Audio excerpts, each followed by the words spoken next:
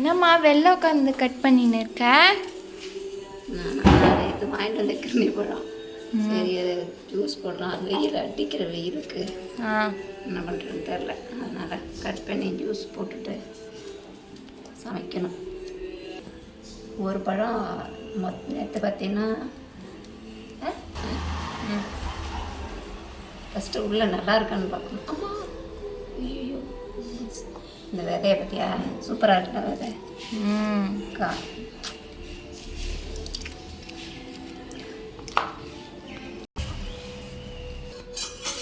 கரண்டி காஞ்சிகிட்ருக்கு. அதில் இந்த ஒன்று எடுத்துட்டு இந்த விதையை இப்படியே நோண்டிக்கணும்.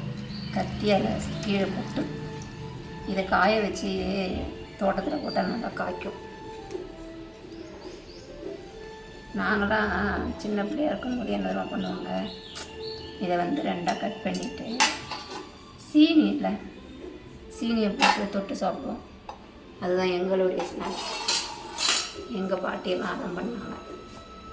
இதை அப்படியே கட் பண்ணி வெள்ளரிக்காய் வந்து இவ்வளோ வீட்டில் இவ்வளோ பெருசாக அதை கொள்ளையிலே வெடித்து போய் வைப்போம். அதை தாத்தாரான் அதை போய் பறிச்சுட்டு வந்து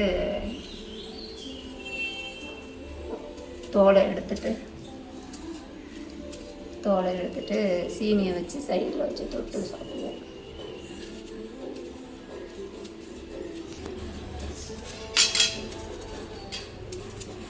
ஒரே ரூபா வருது, கட்டே ஆகாமல்.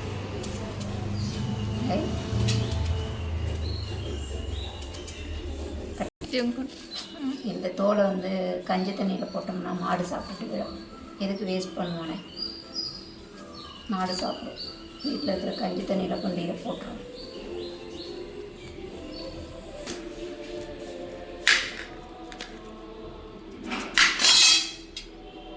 நான் வந்து நேற்று 3 கிலோ 100 ரூபான்னு 3 கிலோ 100 ரூபா வாங்கிட்டு என் ஃப்ரெண்டு 2 பழம் கொடுத்துட்டு வந்துட்டேன். மொத்தம் 3 கிலோவும் 4 கிலோ வந்துச்சு.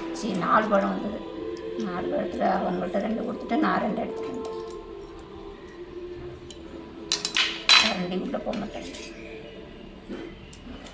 சின்ன கரண்டி எடுத்துருவேன். அப்படியே காய வச்சு வைக்கணும், வறுத்து சாப்பிட்லாம். பொரி அரிசி இது வறுத்து மழை காலத்துக்கு சாப்பிட்லாம், நல்லாயிருக்கும். இதுவும் இந்த தர்பூசணியோட விதை இருக்குல்ல, அதையும் காய வச்சு இந்த குட்டி குட்டி கட் பண்ணிக்கலாம்.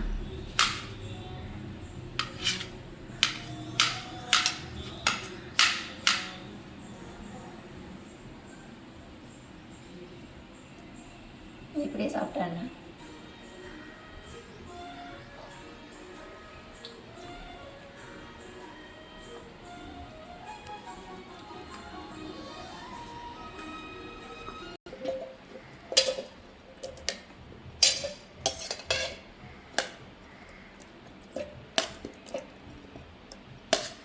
நான் வந்து பார்த்திங்கன்னா நாட்டு சக்கரை தாங்க சேர்த்துருக்கேன். ஒயிட் சுகர் சேர்க்கல, கொஞ்சமாக நாட்டு சக்கரை சேர்த்துருக்கேன். ரொம்ப வேண்டாம், கொஞ்சமாக போடும். ஏன்னா பழமே நல்லா இனிக்குது. நாட்டு சக்கரை பிடிக்காதவங்க ஏன்னா ஒயிட் சுகர் சேர்த்துக்கோங்க. ஒயிட் சுகர் சேர்த்துக்கலாம். நான் ஒயிட் சுகர் சேர்த்துக்கலாம். நாட்டு சக்கரை மட்டும் சேர்த்துட்டு மிக்சியில் போட்டு 2 சுற்று ட்ரைன்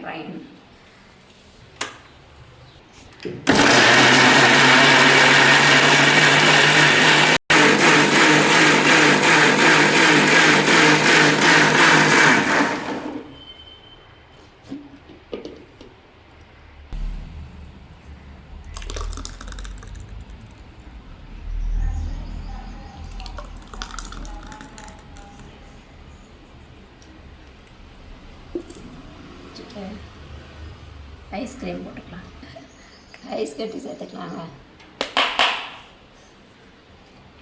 நான் பார்த்திங்கன்னா ஐஸ் கட்டி சேர்த்துக்கலாங்க. நல்லா அடிக்கிற வெயிலுக்கு போதும், ரொம்ப போட்டாலும் கூலிங்க. வீட்டு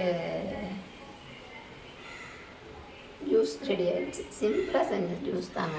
இதுக்கு ரொம்ப வேலையெல்லாம் ஆகாது. தோல் சீவுறதுக்கு தான் எனக்கு கொஞ்சம் டைம் ஆகிடுச்சு.